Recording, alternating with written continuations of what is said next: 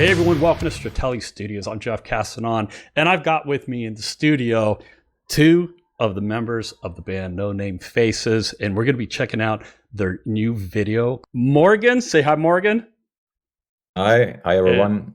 And SKEB, who you've seen on the channel before. I think he's eating an orange at this moment. Sorry, I haven't eaten all day. But hello. And so what we're going to do is we're going to break down this video. We're going to talk about the music, and then we're also going to talk about this video that SKEB produced, right? SKEB, is this your baby, the video aspect of this whole thing here? Yeah, I mean, it's our baby, but Morgan very kindly asked me to edit a music video, and Awesome. I obliged. Yeah, I have seen the video. So this is not a reaction, but we're going to kind of break it down and analyze this. And so I may be stopping the video, which I know I don't usually do that. But in this case, I think it's warranted. So let's get into the video, and then, yeah, let's chat about it as we go. All right. Here we go. Buckle up, people.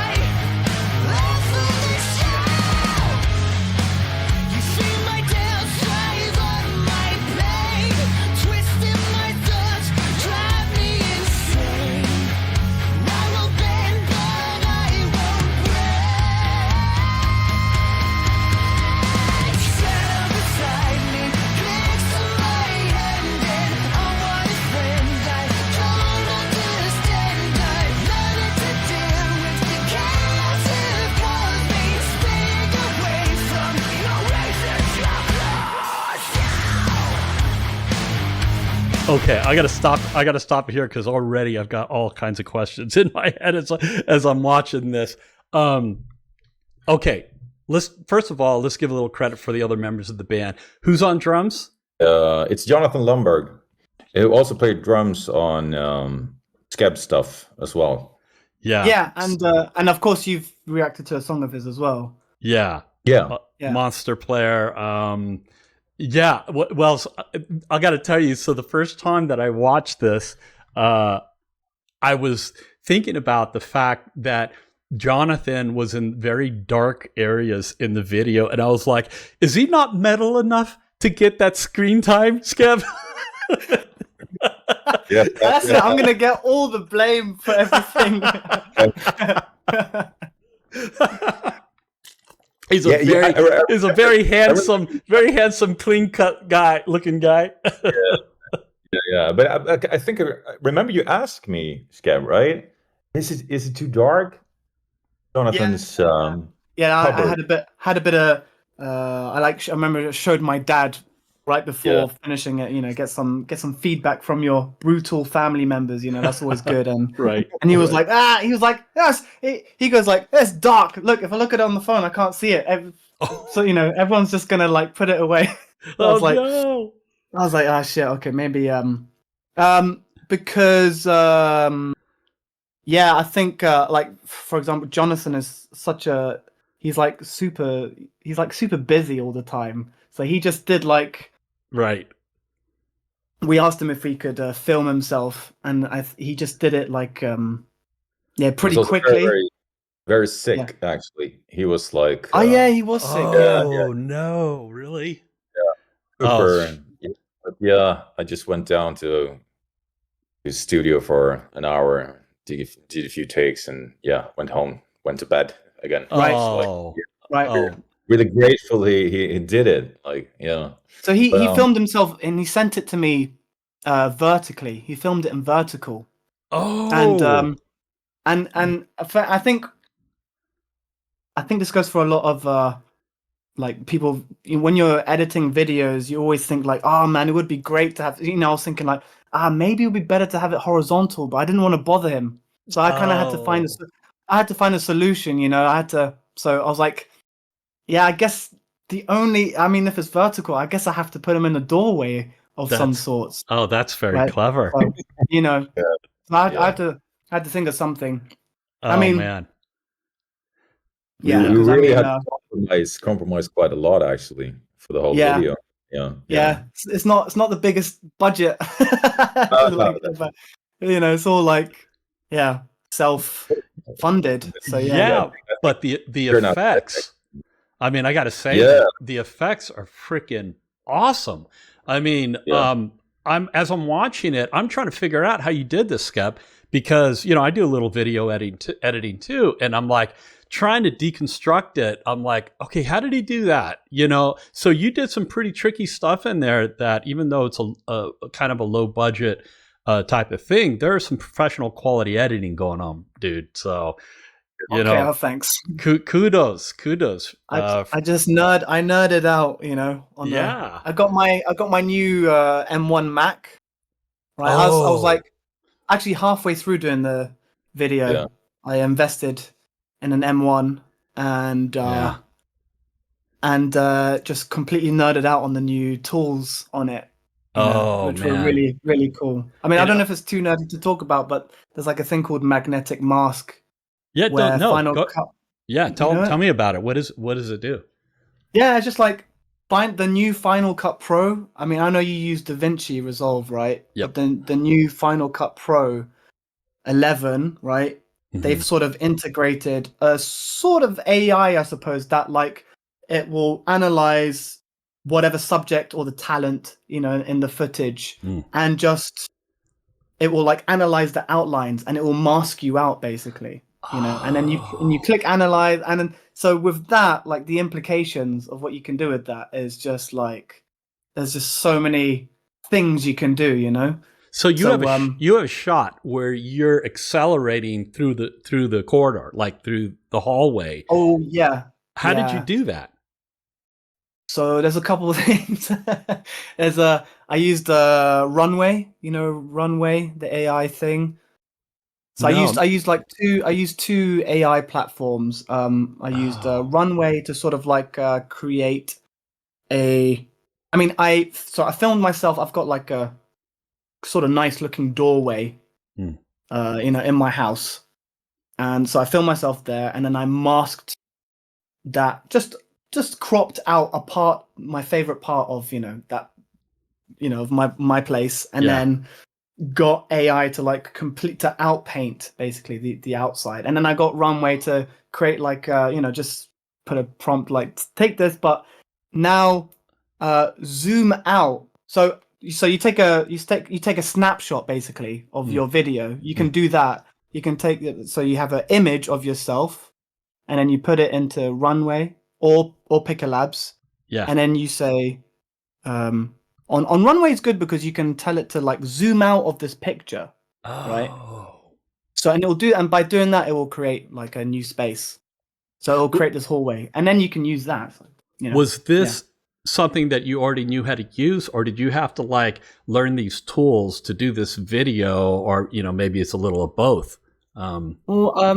I done a similar thing, but on a different platform before. But this was pretty much the first time of using these, but it was like very similar concept. Okay. Yeah. Okay. Yeah. I'm going to bounce back and forth between the video and the audio here too, if you don't mind. Yeah, come on. You can't just talk about the video. Yeah. Morgan, your guitar is so freaking monstrous, brother. What are you playing through? Like, how do you get that chunky guitar sound? What's your secret? Combination of two things, I would say. I have my quad cortex use, like everyone else nowadays, but it's actually incredible. I absolutely love it. I can tweak my sounds the way I want it. And then obviously with our producer's help as well, Niklas Eklund, a big shout out to him as well. Who polished the sound in the studio and in the mix. And so I think he does the extra 5% that is needed to get on that I really want, because and he's amazing, I think. So the mix is good, and I love it. It's a very you say, like a fat tone, which I really like. Yeah. So are you recording, like, are you talking about the floorboard unit? Yeah, I have it here. Oh yeah. That is the beast. Nice. Very innocuous looking monster of what's inside of that thing, because that is an amazing unit. I didn't know if you were just going direct and using plugins. No, with the floorboard. I usually had a Helix floorboard before, and it's good for metal. It's good, but this one is more, I think, diverse. Do you say that? Yeah. Because I also play a lot of jazz, so I can use this one for practically everything. Very good. Nice. Are you double tracking all your rhythm tracks? So are you actually playing these tracks twice and then doing a hard left and right? Yeah, that seems to be. Are you only doing 2 tracks, or are you doing more than 2 when you're multi-tracking your guitar? The rhythm guitar is always 2, like just 2. Yeah. And then we add other stuff, obviously, but no, we keep it fairly simple, I say. Yeah. And what guitar are you playing on this? This one is a PRS. The CE model, the one I used in the video. Actually, recorded the whole thing with it. I usually just play on one guitar. I have a couple, live as well. I have a 7-string guitar when I play live for a couple of songs, and this one. And then depends what kind of guitars. If it's a softer song, I use Fender Telecaster, for example, to get a different sound, and sometimes my Gibson. Have you worked with any 8-string guitars? Oh no, not yet. Okay. I haven't that road yet. Get that real low end going on, but they're kind of a monster. I have one. Let's see if you could see it. An Ibanez. Really? Yeah. That guy's an 8-string, but it's a beast, man. I mean, it's great for rhythm and stuff, but I feel it freaks me out for doing solos, because it's just the neck is very big, and it's like I feel a little like I'm on a tightrope without a net sometimes with it. That doesn't feel quite right, like a 6-string, but I'm pretty conservative, I think. 7-string is okay, but I'm not really that comfortable. I like it for the rhythm stuff, but as you say, when it comes to the solo, I'm like, I want to play on a 6-string. I think I'm more comfortable playing. More comfortable. Yeah. All right, let's watch a little bit more of this video, and then we'll. What string am I on again? Like, holy fuck! Like, I know you get. I mean, it's a weird feeling. All right, let's. Before we start, a shout out to Sufjan as well, the bass player, the coolest looking guy of all of us. Yeah, he looks pretty bad. He looks pretty badass. I mean. He's the coolest looking guy in the band, I think. Yeah. Sorry, I did mean to get his name in there as well, but we kind of got off on a tangent. Let's check a little bit more here.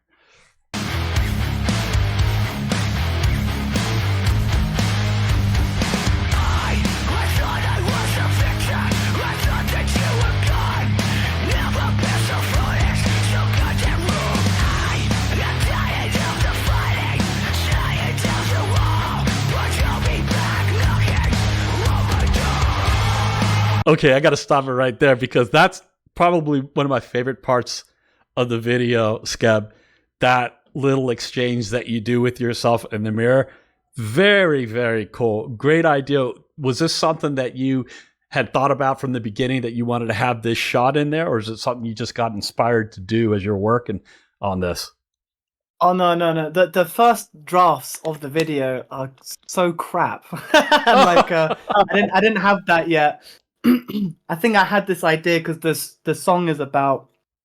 I mean, we talked about the lyrics, right? And Morgan is the lyric writer here, and so I mean, obviously, when I was before recording the vocals, he explained to me like the story, so that already gave me some ideas. But and I think.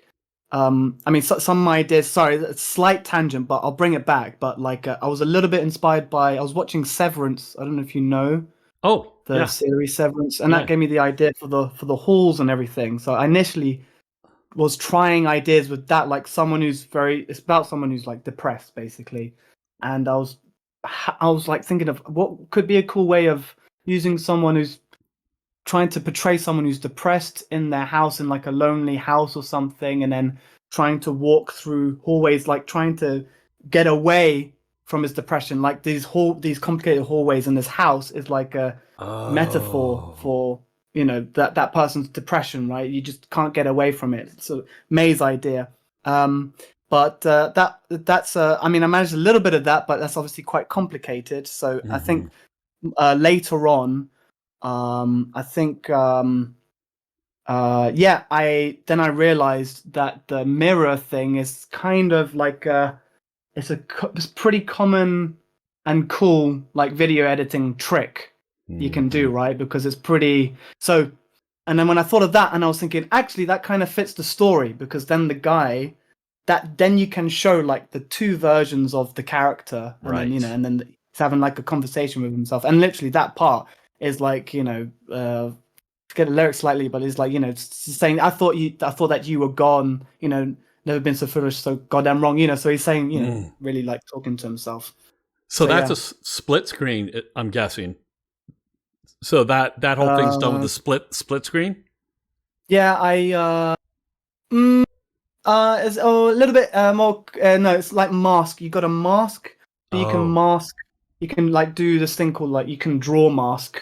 Okay. And then you can. This is really nerdy now, but you can keyframe the mask. So which I had to do because when I'm being like animated and stuff, follows you. Yeah, exactly. So when I move my hand, it moves away, because that's the tough bit about filming yourself.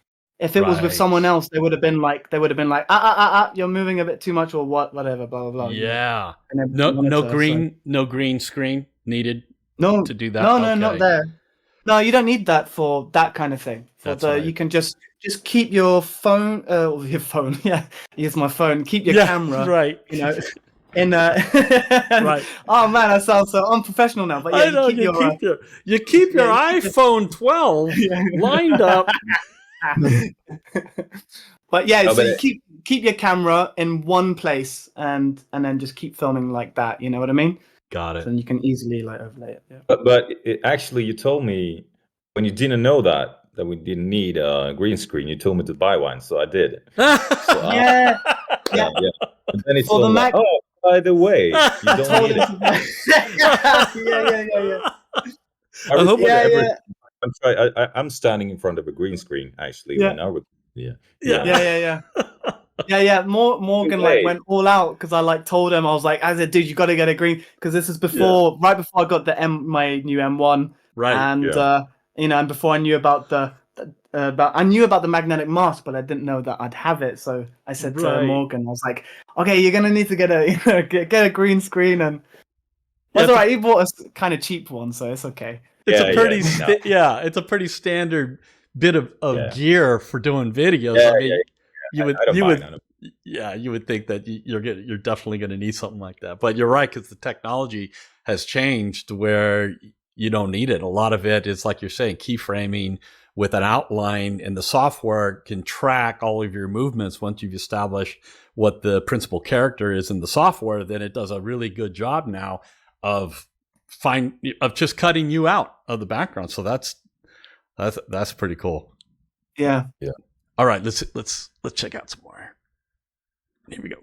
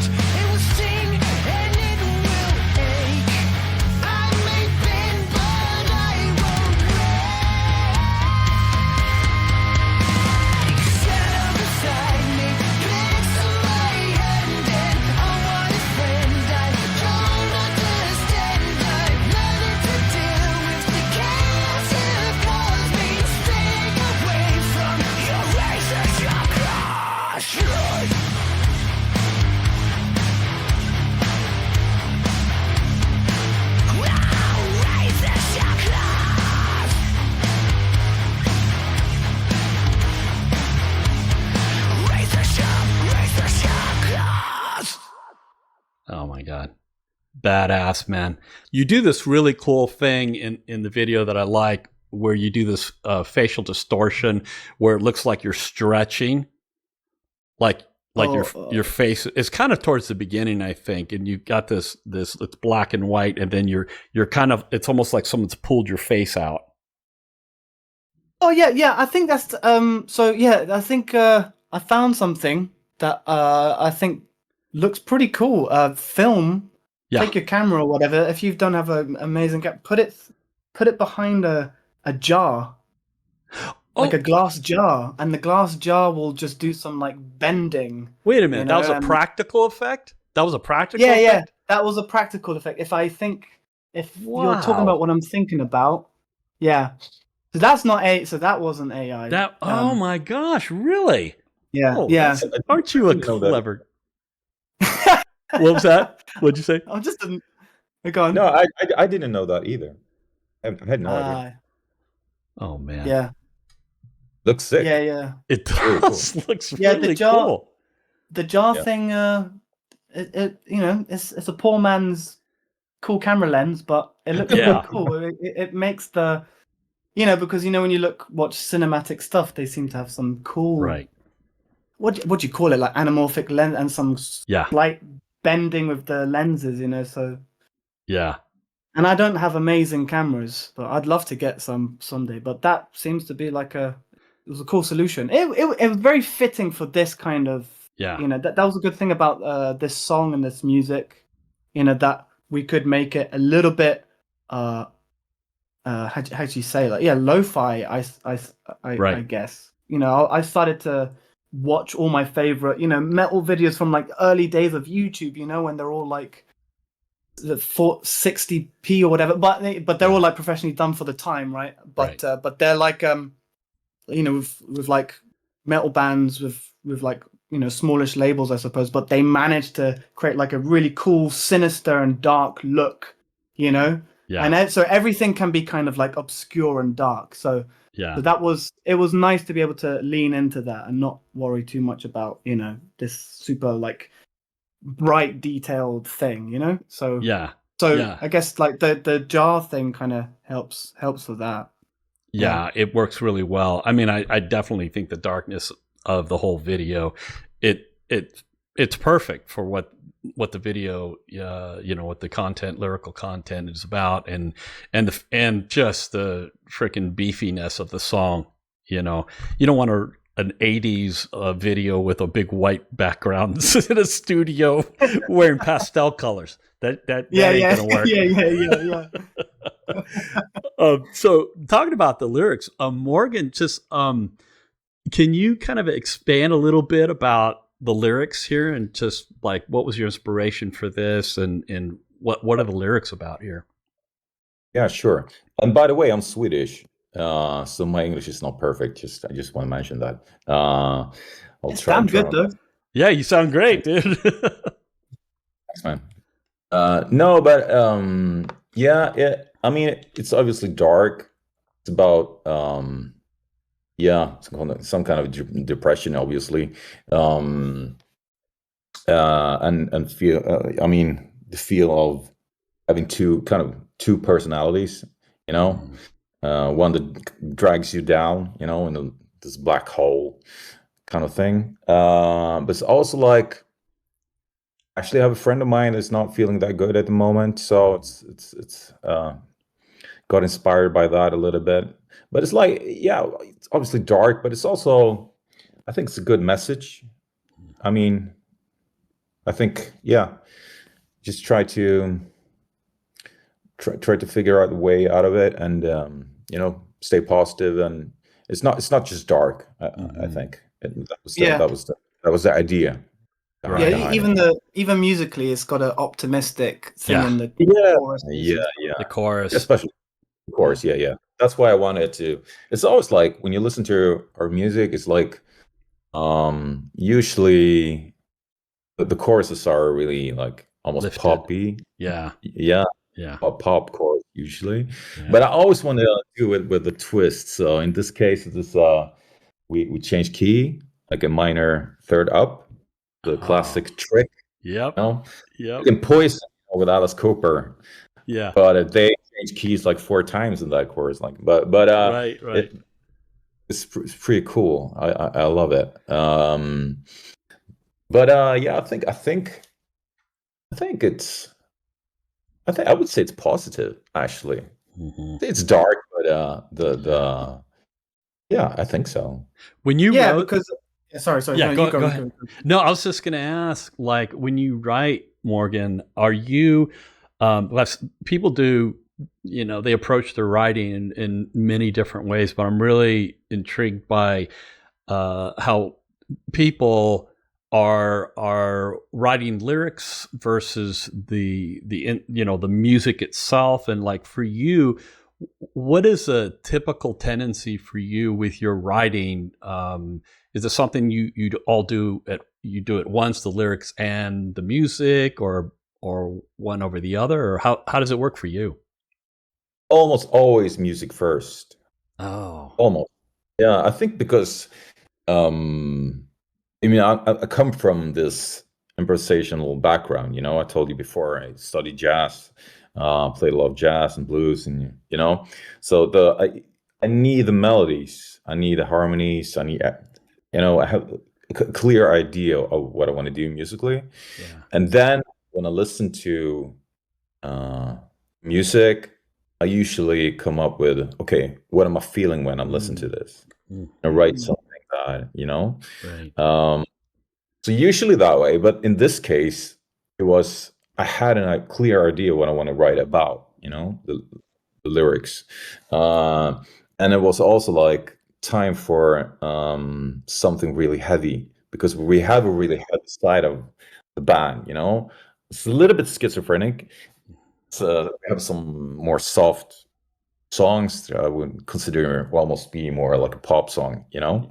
But this song I really wanted to do something heavy, and the lyrics really connected to the music. It was yeah.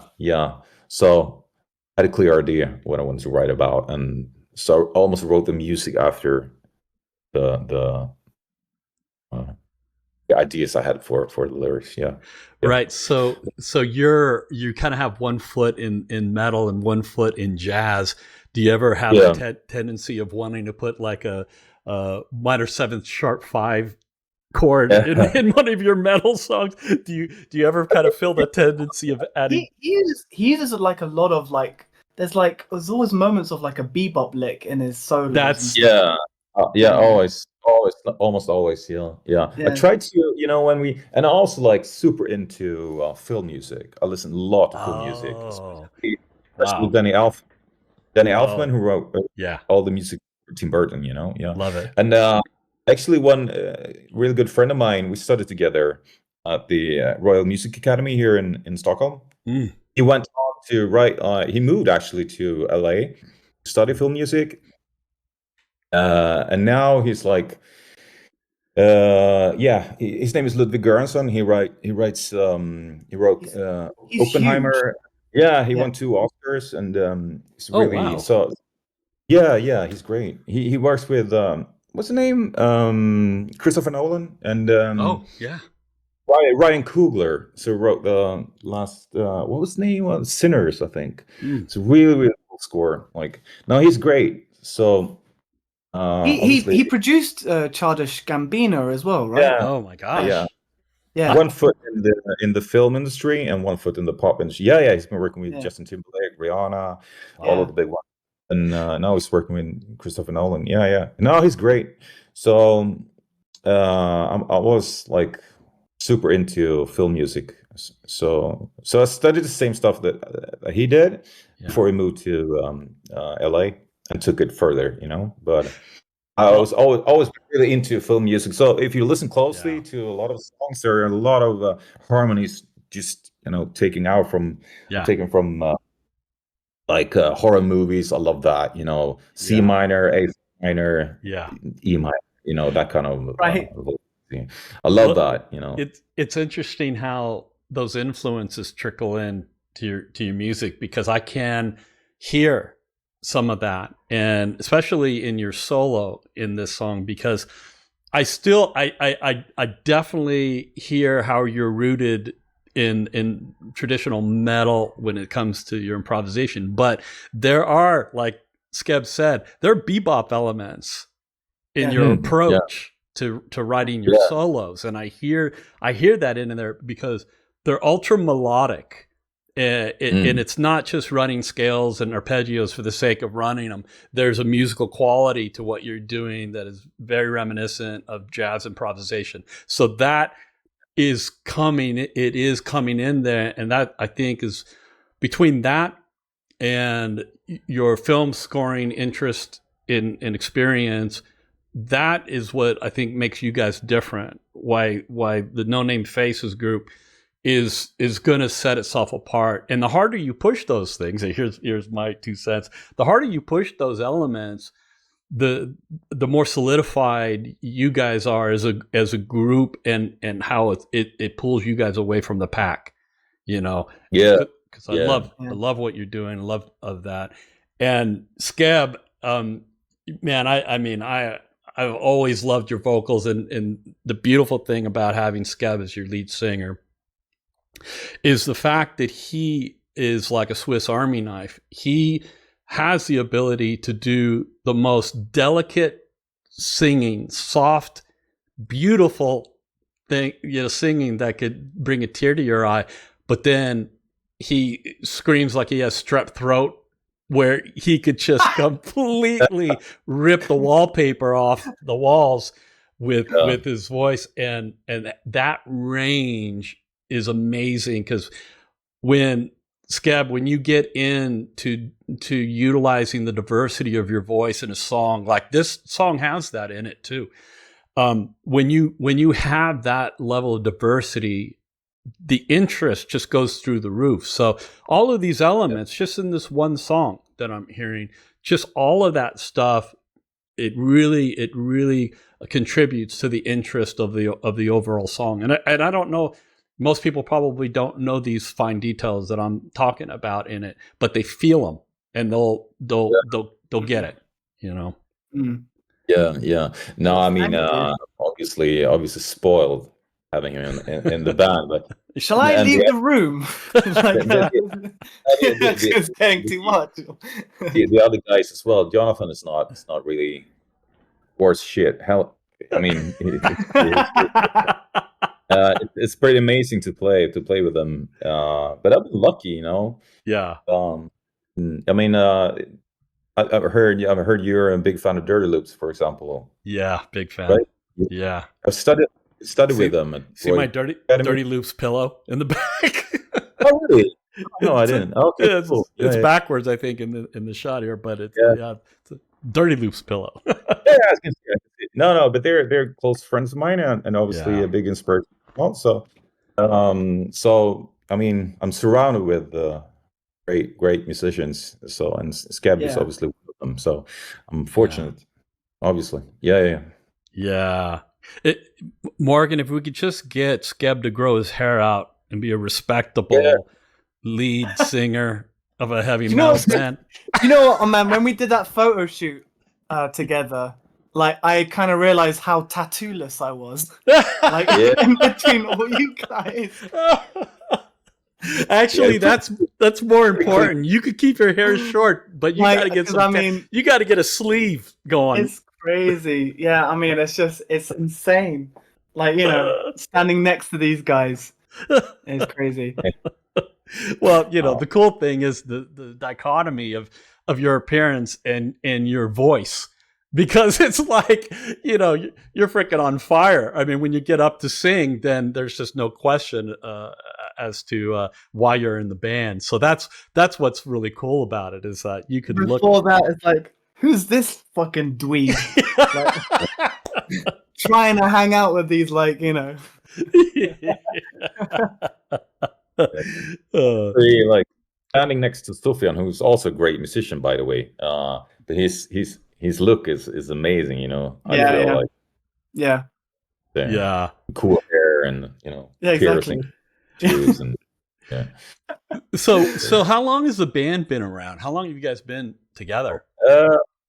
It's actually a bit difficult to answer actually, because it started like just as a project. This was before SKEB joined us.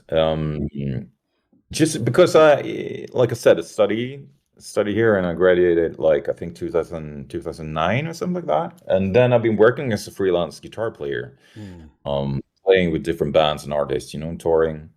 And I kind of got sick of it a little bit, especially the more commercial stuff. It was fun for a couple of years, but I miss doing my own stuff. When people ask you, so what are you doing? Like, do you have something you can like? And I need to record some songs, just to have something to show, something on Spotify. Okay, I'm doing this. You can listen to this. Like, it's super important, I think, for your own like identity, just to have something, because when you're just touring and playing with other bands and artists, not your own songs, it's like you feel a little bit of and it's like an empty feeling, because for me, I just love to write songs. So I played a lot like duo gigs, cover gigs with this other singer that sings on the first albums. His name is Andreas Clark, half American, by the way. So we played a lot, and he recommended me to contact the producer Nicholas Eklund. So I did, and I asked Andreas, would you like to sing on a couple of songs that I wrote? I just want to record a couple of songs. So he did record, and Nicholas obviously did a great job. So it ended up being pretty cool. Two songs one is called Silence, and one is called Walls of Anxiety. Still two of the most popular songs we have. Oh, wow. But it kind of not took off, but like without me doing anything, like just shared songs, and some YouTube channels contacted me. Can we post this? I'm like, yeah, sure. Some big ones, and it starts to stream both on YouTube and that kind of helps. The sets, the algorithms going. So this guy had to fight to stop other YouTube channels taking the audio of the songs and putting them on their YouTube channels. You have to deal with like a lot of Wow. No, that's when you know it's good. That's when you know it's good. When people steal your shit. yeah, they did. So I had to remove it. But I mean, to get control, I wanted to have control of it already. I think it's important. So, but then I'm like, oh shit, I have to record an album. So we did. Put an album. I think it was nine or 10 songs or something like that. I released, and then it just spread. So we have something here, but we wasn't real.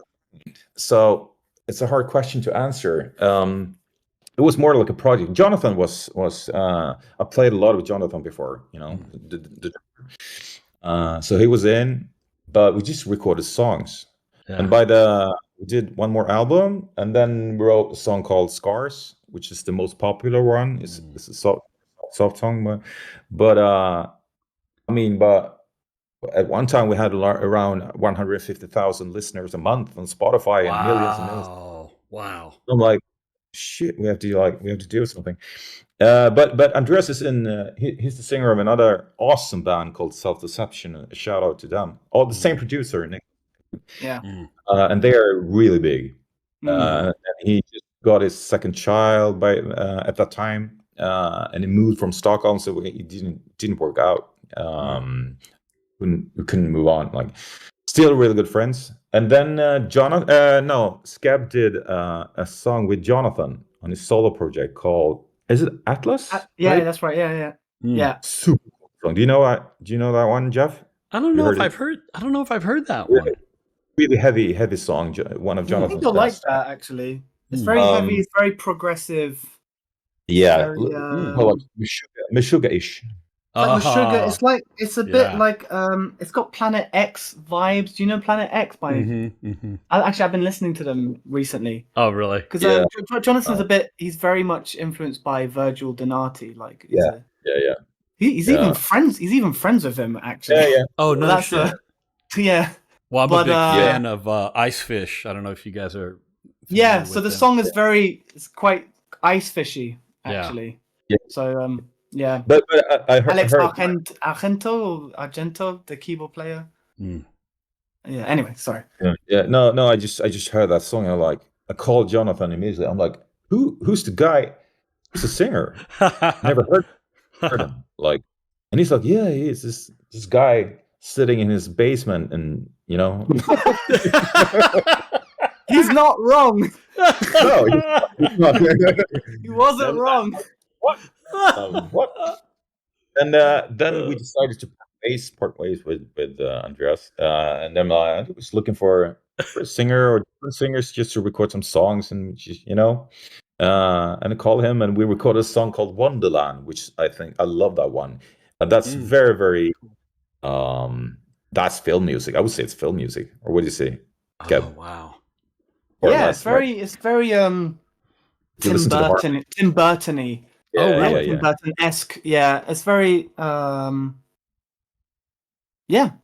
Where's that? You know what I mean? Like, is that on Spotify, or do you have a video for that? It's everywhere. Yeah, everywhere. You can find it on our YouTube channel and Spotify. No, I think it's one of the best one we recorded.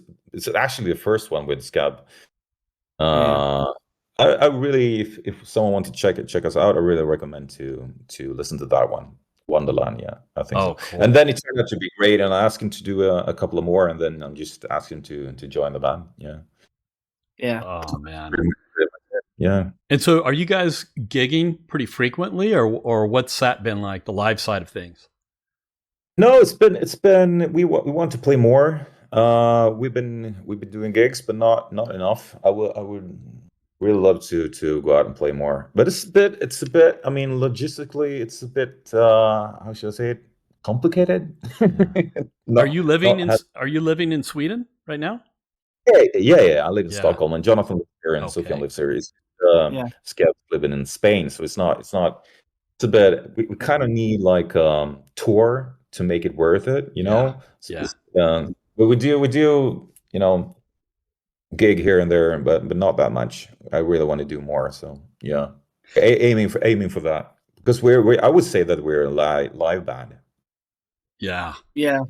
Agree, SKEB? I think are you asking me? Yeah, no, absolutely. I mean, none of the gigs we've done so far have been really, really fun. I mean, and we've played good. You've managed to pull out some good venues. Fair play to you. You managed to get a Hard Rock Cafe in Stockholm. Nice. The last one we release. It was cool. And we're gonna play a metal festival now in a month or something like that. So but it should be more, because I think live is our thing. We're all live musicians. We've been playing our lives. So we'd love to play more. Yeah. It's fun. Recording is great too. It's a very creative process, but there's nothing like getting in front of an audience and cranking it up and getting the feedback. That's nice. Have you done any fusion, any jazz related stuff? Because I know that's also your other half there. Have you done any of that? I studied for quite some time. There's what do you call it? Like a pre-education to because it's really difficult to get in at the Royal Music Academy here in Stockholm. It's only 2 every year. So, and the competition is pretty fierce. So you have to study probably years before to be able to get in. Mm-hmm. So I played a lot of jazz, and obviously at the Jazz Institute, you play almost only jazz or blues or whatever. But I did for a long time. But then I kind of, I'm a rock guy from the beginning. I was like, I missed that quite a lot, and then I play a lot of pop. So I kind of went back to metal, and now I just play jazz for fun. I have a trio I'm playing with. But I used to play more out on, but it's more like small stage. The jazz scene here is pretty small. It's not. You have to. You don't get paid that much, and it's like there are a few guys that play all the time, but they are you have to practice hours and hours every day still to be able to compete with these guys. Right. But I play actually a lot, but mostly for fun. Oh man, Okay, I'm going to put you guys on the spot here, but I think you can ride through with this. I want to ask SKEB, what is it about Morgan's playing that you love? Well, he's a fucking fast picker. He's one hell of a fucking picker, man. I've been trying to figure out, like, you know, how he does that. No, I love, like, for example, actually, that solo in that song. Yeah. He was like, he did it as a rough thing, and he was saying to me, like, I might redo it. It's, you know, it's a bit too shreddy at the end. And I'm like, no. I was like, no, keep that. You got to keep that. That's cool, you know? Yeah. So, no, I mean, you know, but yeah, obviously he's got like great metal technique, and then, but like just has a great sense of phrasing. Yeah. You know, and I think that goes the same for. And I was going to ask you earlier, you know, I mean, when you were talking about how you write the songs, Morgan, and like, do you ever sometimes you get like an idea for the lyrics, but do you ever sort of almost come up with the melody and chords at the same time? Because I know that happens sometimes. I know a lot of people like come up with like they write the music first and then they come up with the melody. But I can imagine it being a simultaneous thing. Yeah, most certainly. Yeah. The melody is the most important thing for me always. If it's not, I mean, it's not a good melody. It's not. I forget it. You know. Yeah. Right. Yeah. You know, it's always like if I hear a new song, if it's not good melody, I'm like, it's not for me. I need melodies, and after that, the harmonies are like chords. You know, chords and harmonies are super important for me as well. I need the tension. You know, even if it's just the smallest thing, like if you have a minor chord and just add a minor six chord, and it's like, oh, you know, right, color, right. Yeah, that's I think. Yeah. When I write music, especially for knowing my phases, they're not, especially if you compare it to SKEB's music, which is really, really complex. Like here, you can find if you listen carefully, you'll find stuff, you know, well hidden, but they're there for a purpose. I don't want to mess up stuff, you know. Yeah. I can write super complicated stuff as well. Obviously, playing a lot of jazz fusion, you know, reharmonization everywhere, and of course. But this kind of music, it doesn't really fit. You know, it kind of breaks it down more, than it kind of lifts it up. If you know what I mean. Yeah. But you can find the small things. You know, the minor color somewhere. You know, that's really important. That's important. That's a great point. It really is. Because of this kind of music, it's more here than here, and you know, a lot of jazz music is kind of a little bit more up in here, but you have to feel it. So that's the most important thing, is what it feels like when you're playing this kind of music. So that's staying true to it. It's a really good point. So I'm going to ask you about SKEB. What is it about SKEB that you really like as a musician, performer? Diversity. It's really multi-talented guy, as you all have figured out as listening to this. But no, I mean, he's a great guitar player as well, and keyboard player, and sings. It's not really a singer, you know. Mm-hmm. Yeah, he's a multi-instrumentalist. I'm an ADHD musician. Yeah. So let me get this straight. The thing you like most about SKEB as your lead singer is that he's not really a singer. No. I will put it like this. No, I'm teasing. He is a musician. Yeah. Yeah. No, he's not just a singer, you know? He's not a guitar. He's not a guitar player. He's not a keyboard player. He's not a singer. He's a musician, which it doesn't matter. I think that's the biggest compliment you can give someone, I think, because if I have instructions, he would know instantly what I'm talking about. Yeah. You know, I can explain everything, you know, talking about time signatures, key changes, everything. He would know it. And that's not the case when you talk to pop singer or whatever. They can be really good at their thing. But I mean, I appreciate it when someone is a musician for real. I mean, art pop singers obviously also are musicians, but I think you guys know what I mean. Like, it's different. It's different. It's different. Yeah, he's a musician. That's the thing, and also a really, really good ear for melodies and harmonies as well, which I appreciate. Yeah, and it's kind of interesting actually because obviously everyone has their own sense of writing melodies and stuff like that, and so we obviously have a slightly different like taste, but I still consider like the shape of a melody is quite important, and he obviously has his idea of the shape, and sometimes he's quite strict with me because I'll add things and stuff like that, some ads, and he'll be like, okay, that's cool, but can you keep it like simple for the first half of the song, and then we'll do that, more of the added flares at the end. And I'm like, yeah, cool, totally agree with you there. Yeah, I wondered how that worked. How much of SKEB your influence as the lead singer, how much of that comes into play. But at the same time, it's Morgan's song. Like, he wrote this, he's got an idea of how it's supposed to go. So I guess you have to have that working relationship, that marriage, to be able to put across something that works for the song, not for the individual person.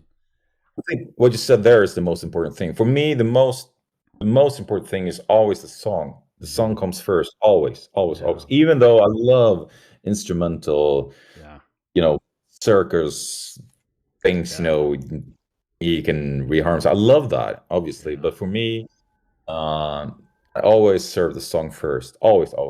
Yeah. So if it's good for the song, put it in there. I'm all for it. If it ruins it, just get it out, Yeah. And I'm pretty clear with my way of looking at it. I think.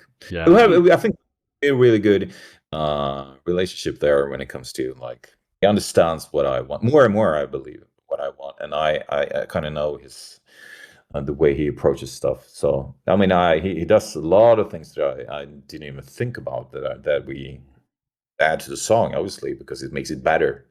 Yeah. Sometimes it's a little bit too much, so I have to tell him. Yeah, dial it back a little bit. Yeah. Yeah, well, it is funny to me because, like, I started watching SKEB's videos, and I couldn't figure out if he was a keyboard player. I couldn't figure out if he was a singer. I couldn't figure out if he was a guitar player, because he does all of that extremely well, all of it. Yeah. And I'm like, my God, this guy, what is his main instrument? Do you feel keyboards? I just play chords. I'm just obsessed with chords and keyboards, and I think that's.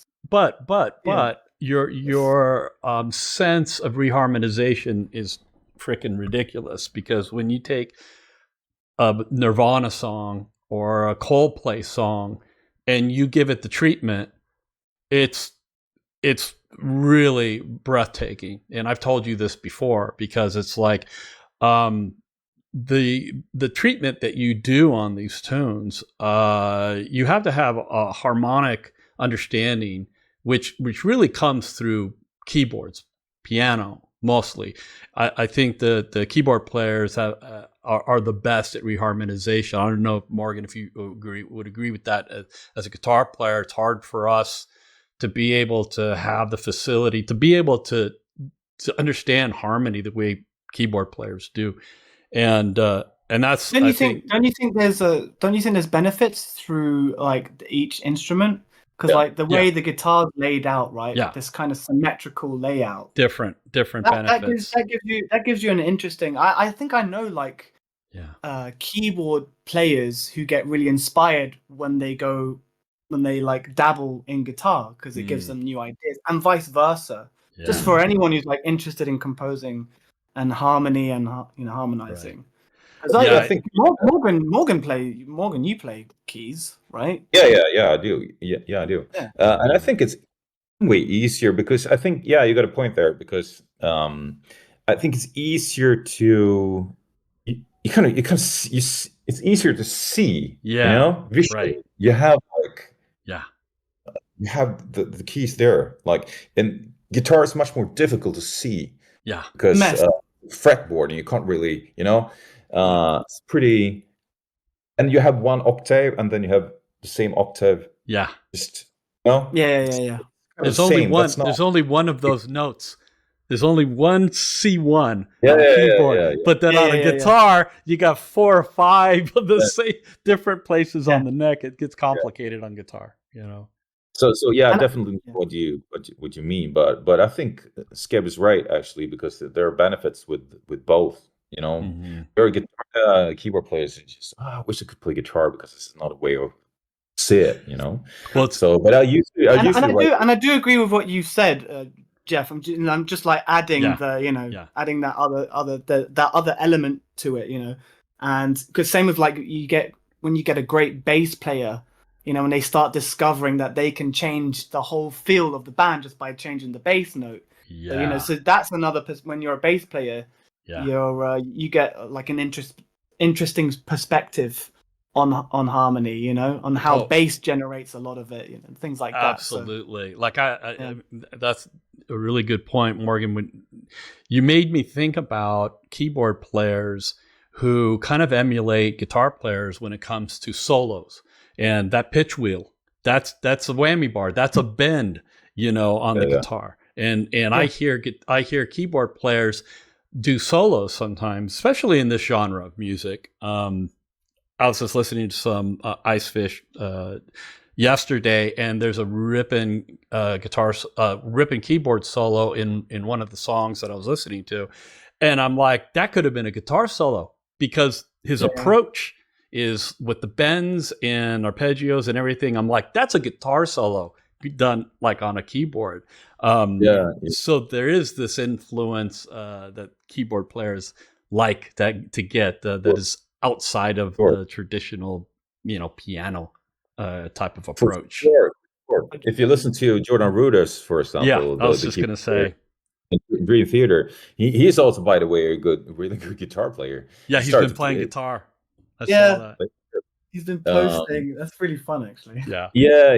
And I mean, so he's the way he plays solos is also like probably inspired a lot by John Petrucci's solos, and they always did dub each other, and play. Yeah. So for sure. And he used the pitch all the time, like the what do you call it? The pitch wheel. Pitch wheel. Yeah. Pitch wheel. Okay. Pitch wheel. Yeah.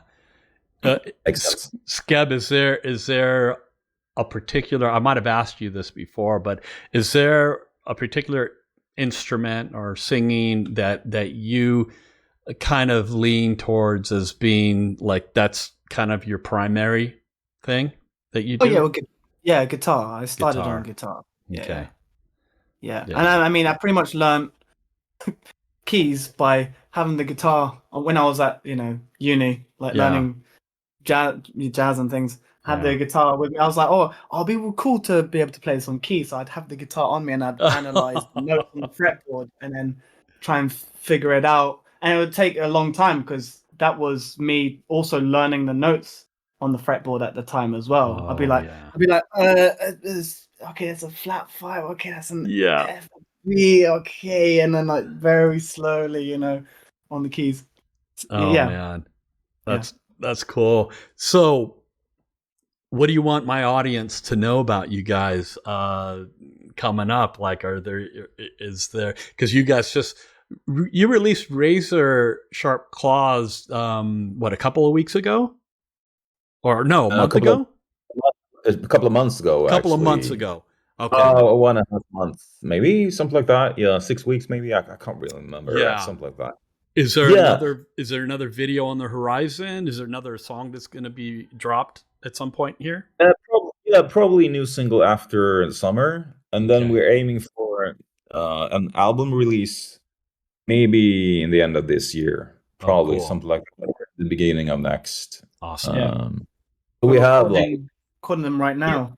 Yeah, we record a couple of new songs now. Yeah, and then we need a few more. But yeah, I think we'll release something in a couple of months again, probably. Yeah.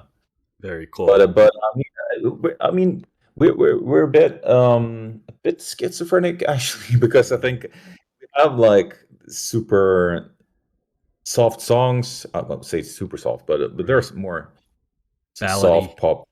Yeah, we do. Yeah, a bit progressive as well, and we have the heavy stuff. So it's something for. I think it's something for everyone. You can find something, something for everyone. I think to discover. And I think if you're into like rehearsing a little bit more complex music, you'll find some good stuff in there as well. You know, right. So yeah, some gems.